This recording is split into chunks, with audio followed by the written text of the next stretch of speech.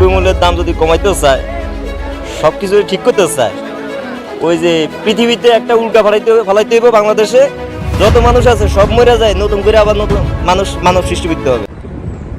সুপ্রিয় দর্শক শ্রোতা, আশা করি সকলে ভালো আছেন, যার যার অবস্থান নিজে এবং পরিবার সহ। আমি আপনাদের জন্য আজকে একটি বিশেষ গুরুত্বপূর্ণ বিষয় উপস্থাপন করার জন্যই এই ভিডিওটি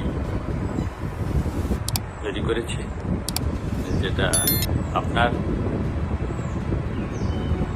বোধকে একটু খুলে দেবে এবং পরিস্থিতি অবজার্ভ করতে আপনার সুবিধা হবে। তো সে পর্যন্ত ধৈর্য সহকারে সাথে থাকুন এবং শুনুন। আপনার আয় কি 5 বছরে দ্বিগুণ হয়েছে?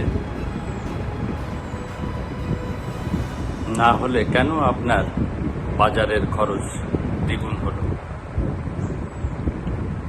সমস্যা আপনার না, সমস্যা রাষ্ট্রের অগ্রাধিকার ঠিক জায়গায় আগেও ছিল না এবং আজকের যখন কথা বলছি তখন পর্যন্ত নেই।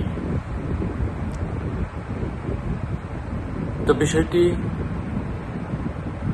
পরিষ্কার করার জন্যই আজকের এই বিশ্লেষণাত্মক ভিডিওটি। তো সবাইকে শেয়ার করে ছড়িয়ে দেওয়ার অনুরোধ রইল, যাতে সংশ্লিষ্টরা এই ভিডিও পেলে তাদের অবস্থানে কি করণীয় সেটা ঠিক করতে পারে এবং আপনারাও আপনাদের অবস্থানে কি করণীয় সেটাও নির্ধারণ করতে পারে। আর শেয়ার করার পাশাপাশি সাবস্ক্রাইব করে পাশে থাকার অনুরোধও জানাচ্ছি।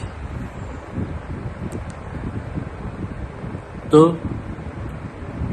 অতীত বনাম বর্তমানের বাস্তব চিত্র। বাজারের ধলে 2018 ভার্সেস এখন চাল 30 থেকে 40 টাকা ছিল কেজি, আর এখন হলো 60 থেকে 75 টাকা।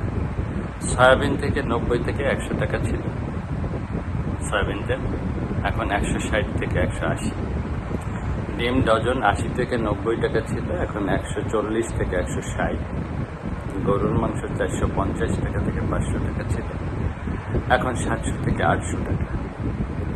মানুষের বাস্তবতা আগে 5,000 টাকায় সপ্তাহ চলত, এখন 10,000 টাকায়ও কষ্টে টিকে থাকা। এটা শুধু দাম বাড়া না, এটা ক্রয় ক্ষমতা কমে যাওয়া।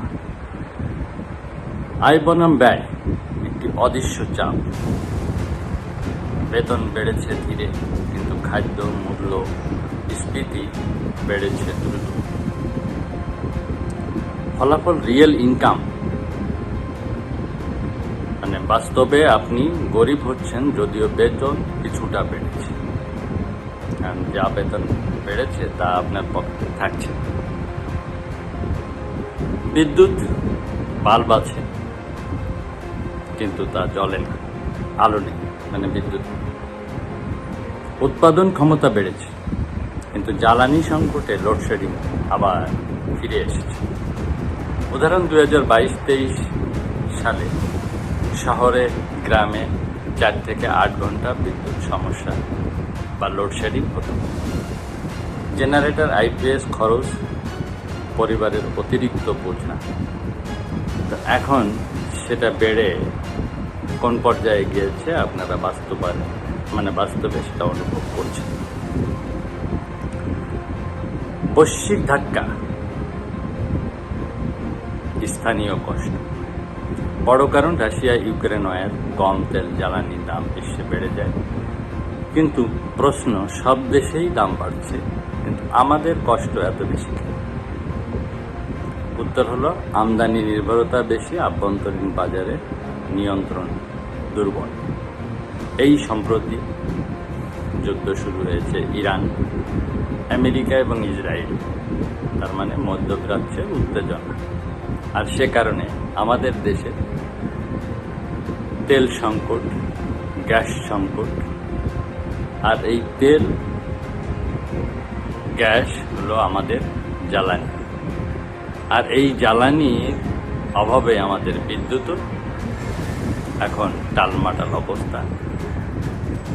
বিশ্লেষকরা বিশ্লেষণ করে জানিয়েছে যে আগামী 60 দিন পরে বাংলাদেশ ব্ল্যাক আউটের দিকে চলে যেতে পারে। তো এই যখন অবস্থা, তখন আমাদের কিছু কথা আসে